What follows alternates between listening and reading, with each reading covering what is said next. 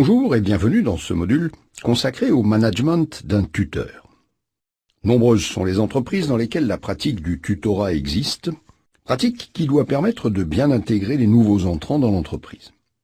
Rentrons tout de suite dans le vif du sujet avec une situation qui rappellera peut-être quelque chose à certains et qui nous permettra de poser le problème.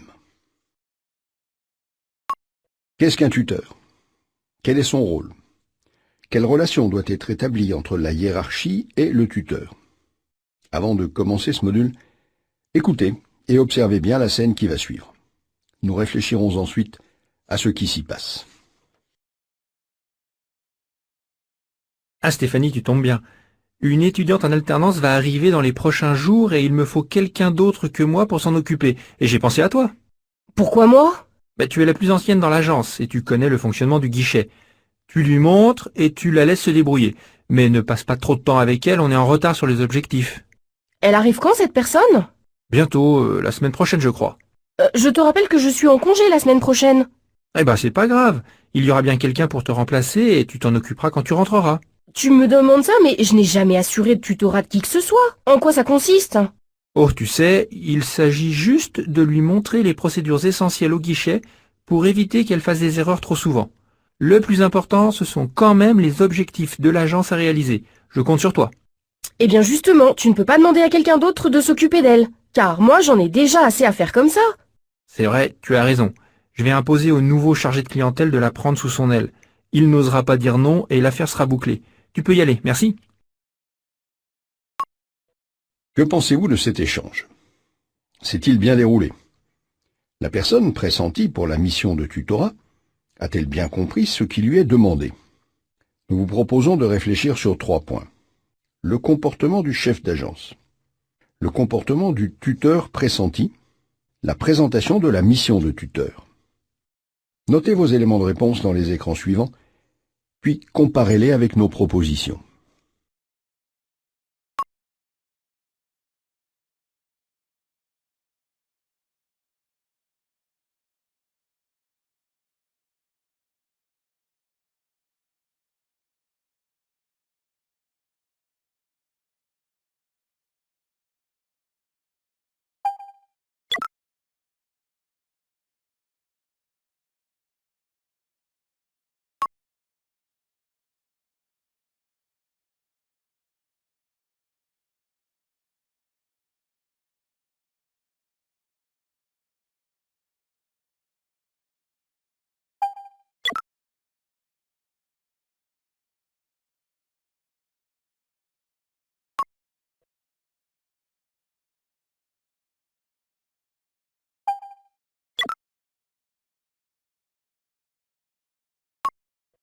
On voit très clairement, au travers de ce sketch, l'importance du rôle du manager dans la réussite ou l'échec d'un tutorat, quel qu'il soit.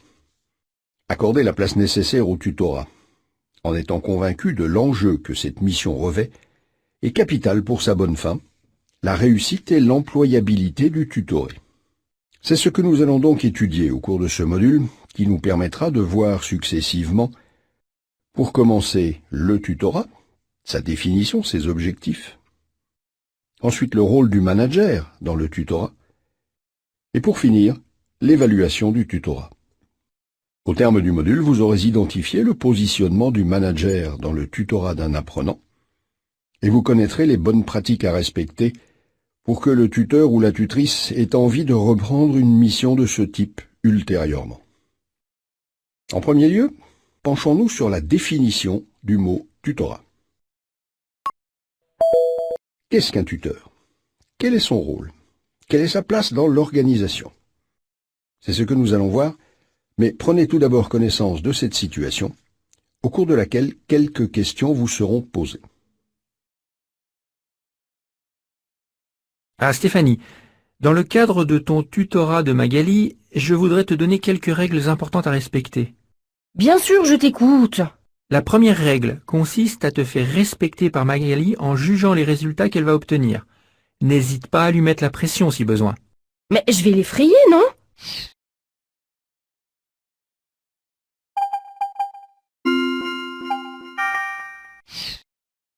Ça lui permettra de comprendre comment je fonctionne dans mon management.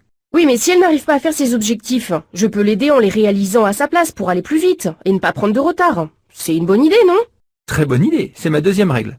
Et quelle est la troisième? Pour l'impressionner, n'hésite pas à mettre la barre haute dans les ventes auxquelles elle va assister avec toi. Ça lui permettra de voir le chemin qu'il lui reste à parcourir. Ah oui, j'y avais pas pensé.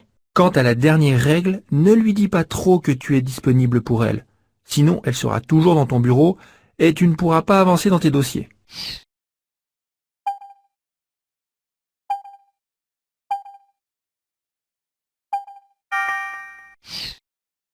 Pour terminer cette découverte de votre vision du tutorat, parmi les définitions suivantes, laquelle vous semble la plus juste?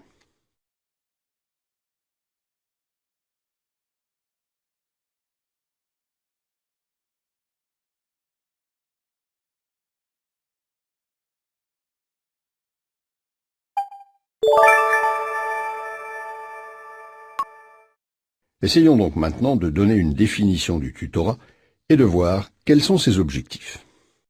Le tutorat est un processus d'accompagnement des personnes pour le développement de leur potentiel, de leur savoir-faire et de leur savoir-être dans le cadre d'objectifs professionnels. Il consiste donc en une approche pédagogique centrée sur l'autre et qui a pour but le développement de l'autre à partir de son contexte, de ses objectifs, de ses besoins, de sa place sur l'échelle de la connaissance de soi et de son métier.